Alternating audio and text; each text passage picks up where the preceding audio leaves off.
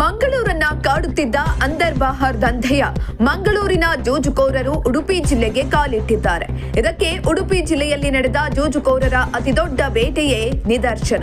ಮಂಗಳೂರಿನಲ್ಲಿ ಜೂಜುಕೋರರ ಬೆನ್ನು ಬಿದ್ದಿದ್ದ ಅಮೃತವು ಅನ್ವರ್ ಮತ್ತು ನಿತಿನ್ ಕೊಠಾರಿ ಎಂಬುವರ ಜೂಜು ಅಡ್ಡೆಗಳನ್ನ ಪತ್ತೆ ಹಚ್ಚಿ ಪೊಲೀಸರಿಗೆ ಮಾಹಿತಿ ನೀಡಿ ದಾಳಿ ಮಾಡಿಸುವುದರಲ್ಲಿ ಯಶಸ್ವಿಯಾಗಿತ್ತು. ಇದರ ಪರಿಣಾಮ ಮಂಗಳೂರಿನಿಂದ ಈ ಖದೀಮ ಜೂಜುಕೋರರು ಕಾಲ್ಕಿತ್ತಿದ್ದಾರೆ. ಇದೀಗ ಉಡುಪಿಗೆ ಬಕ್ಕರಿಸಿದ್ದಾರೆ.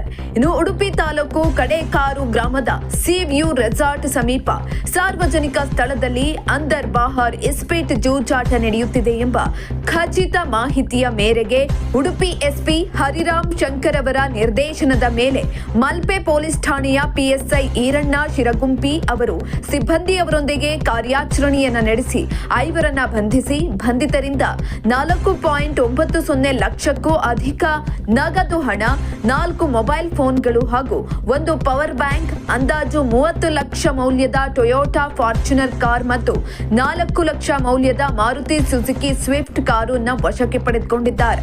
ಈ ಸಂಬಂಧ ಮಲ್ಪೆ ಪೊಲೀಸ್ ಠಾಣೆಯಲ್ಲಿ ಅಪರಾಧ ಕ್ರಮಾಂಕ 17/2026 ಅಡಿ ಕಲಂ 112 BNS 2023 ಹಾಗೂ 87 KP ಆಕ್ಟ್ ರಂತೆ ಪ್ರಕರಣವನ್ನು ದಾಖಲಿಸಿಕೊಳ್ಳಲಾಗಿದೆ. ಇದರಲ್ಲಿ ಮಂಗಳೂರಿನ ನಿತಿನ್ ರಾಜ್ ಅಲಿಯಾಸ್ ನಿತಿನ್ ಕೊಠಾರಿ, ಸಚಿನ್ ಆರ್ ಶೆಟ್ಟಿ, ಸತೀಶ್ ಅಟ್ ಕಿಶೋರ್, ರಂಜಿತ್ ಕೆ ಅಮೀನ್, ರವಿ ಬಂಧಿತ ಜೂಜುಕೋರರಾಗಿದ್ದಾರೆ. ಪರಾರಿಯಾದ ವ್ಯಕ್ತಿ ಉದ್ಯಾವರದ ಕಿಶೋರ ಎಂಬುದಾಗಿ ಬಂಧಿತರು ಪೊಲೀಸರಿಗೆ ಮಾಹಿತಿಯನ್ನ ನೀಡಿದ್ದಾರೆ.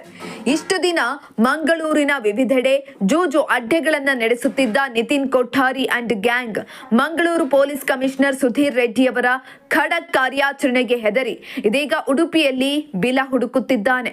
ಅನ್ವರ್ ಕೂಡ ಇವರೊಟ್ಟಿಗಿದ್ದಾನೆ ಎಂಬುದು ಅಮೃತದ ಗುಮಾನಿ. ಈತನ ಬಗ್ಗೆ ಅಮೃತವು ಸಾಕಷ್ಟು ಬಾರಿ ಮಾಹಿತಿಗಳನ್ನ ಪ್ರಕಟಿಸಿದೆ. ಇಂತಹ ಜೂಜಾಟದ ಹುಳಗಳಿಗೆ ಉಡುಪಿಯಲ್ಲೂ ಜಾಗವಿಲ್ಲ ಎಂಬುದನ್ನ ಉಡುಪಿ ಜಿಲ್ಲಾ ಎಸ್ಪಿ ಹರಿರಾಮ್ ಶಂಕರ್ ಅವರು ತೋರಿಸಿದ್ದಾರೆ. ಅಮೃತವು ಅವರಿಗೆ ಅಭಿನಂದಿಸುತ್ತದೆ. ಬಂಧಿತ ಜೂಜುಕೋರರನ್ನ ನ್ಯಾಯಾಧೀಶರ ಮುಂದೆ ಹಾಜರುಪಡಿಸಲಾಗಿ ನ್ಯಾಯಾಧೀಶರು ಭಾರತೀಯ ದಂಡ ಸಂಹಿತೆ ಪ್ರಕಾರ ನ್ಯಾಯಾಂಗ ಬಂಧನಕ್ಕೆ ಒಪ್ಪಿಸಿದ್ದಾರೆ. ಇಂತಹ ಇನ್ನಷ್ಟು ವಿಡಿಯೋಗಳಿಗಾಗಿ ಲೈಕ್ ಮಾಡಿ, ಫಾಲೋ ಮಾಡಿ, ಶೇರ್ ಮಾಡಿ.